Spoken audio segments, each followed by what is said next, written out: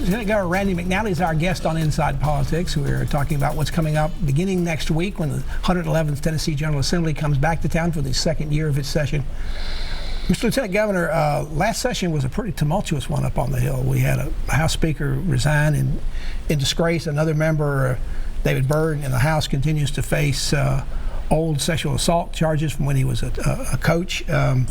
Both you and Governor Lee have said you thought that Representative Byrd probably shouldn't seek re-election. He does now have opposition potentially in the Republican primary.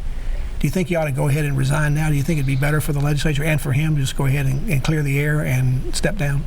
Well, one thing that's happened in the interim between when those charges came out and present time, he was reelected, and that was an issue during the campaign. And didn't have any opposition in his primary, and I think he had one Democrat running against him. Yeah, he did. And won pretty handily. So do you think that says perhaps he ought to stay on? Well, that decision, I think, is something that the House should make, and I've expressed my opinion, and that was. That was it. I thought it'd be better for the institution that he stepped down. The new Speaker of the House has come up with an expanded sexual harassment training program for members. Before, it was barely a half-hour program with a video.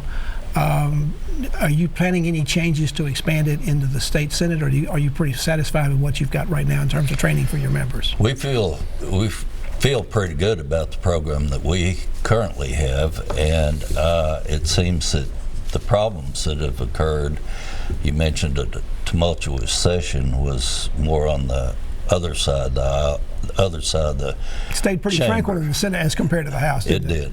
It did. One of the major controversies of last session also was the approval of the education savings account of the voucher bill for students and their families to go to private schools with help with some money, both in Memphis and Nashville. It's sort of a pilot program. Governor Lee is such a strong supporter. He would like to have the program start a year early. Are you comfortable with doing that? It's going to be pretty late in the year to decide to start early.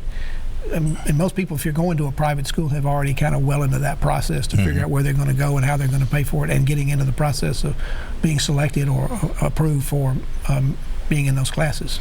Well, it depends on the rules being approved and what those rules will look like.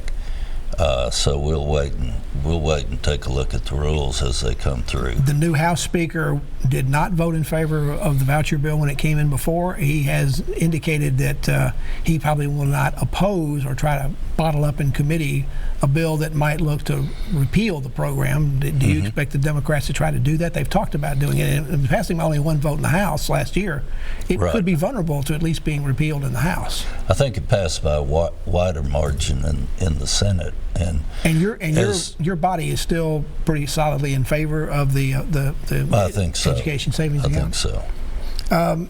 There's also some questions about what happens with there was a bill. Are you hearing any more about the FBI investigating that vote in the House? Because there were strong reports right after it opened and it passed by one vote that the FBI was looking into what went on with that, particularly with a sort of a mysterious $5 million grant fund that came up in the budget that you and the new House Speaker basically said, we don't know where this came from.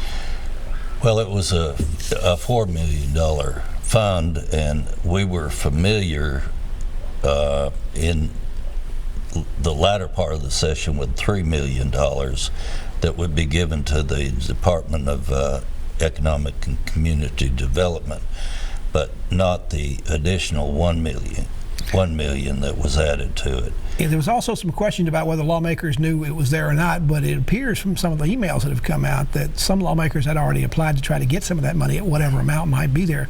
Is this sort of a strange situation you've ever seen? You've been in the legislature for a long time. Have you ever seen anything quite like this, where there seemed to be such confusion maybe to some degree about how this was set up and what it was for and how people should apply and all that kind of stuff? There was a lot of confusion, and that's not the usual process that we go through.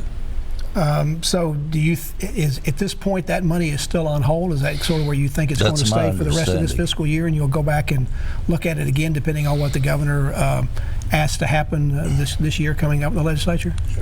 Correct. What do you see the governor made a big issue as he running for office to do more to revive the rural parts of the state, which in some cases have been left behind, the economic development that have happened in some of the cities. What sort of legislation do you think the governor's going to ask for, and what types of legislation do you think lawmakers are ready to give strong consideration to? Well, he asked for, and we've already passed the GIVE Act, which provides grants. In fact, the governor just gave $1 million grant up in Campbell County to assist with the technical colleges, and $1 million grant, I believe, in Scott County. And these were two rural counties that in the past had been just distressed counties. We'll talk more about that if we take a break. We're talking to Lieutenant Governor Randy McNally. The legislature comes back into session next week. He'll be in charge of the Senate. We'll be back to talk more about him, what's going to come up in the next session after this break.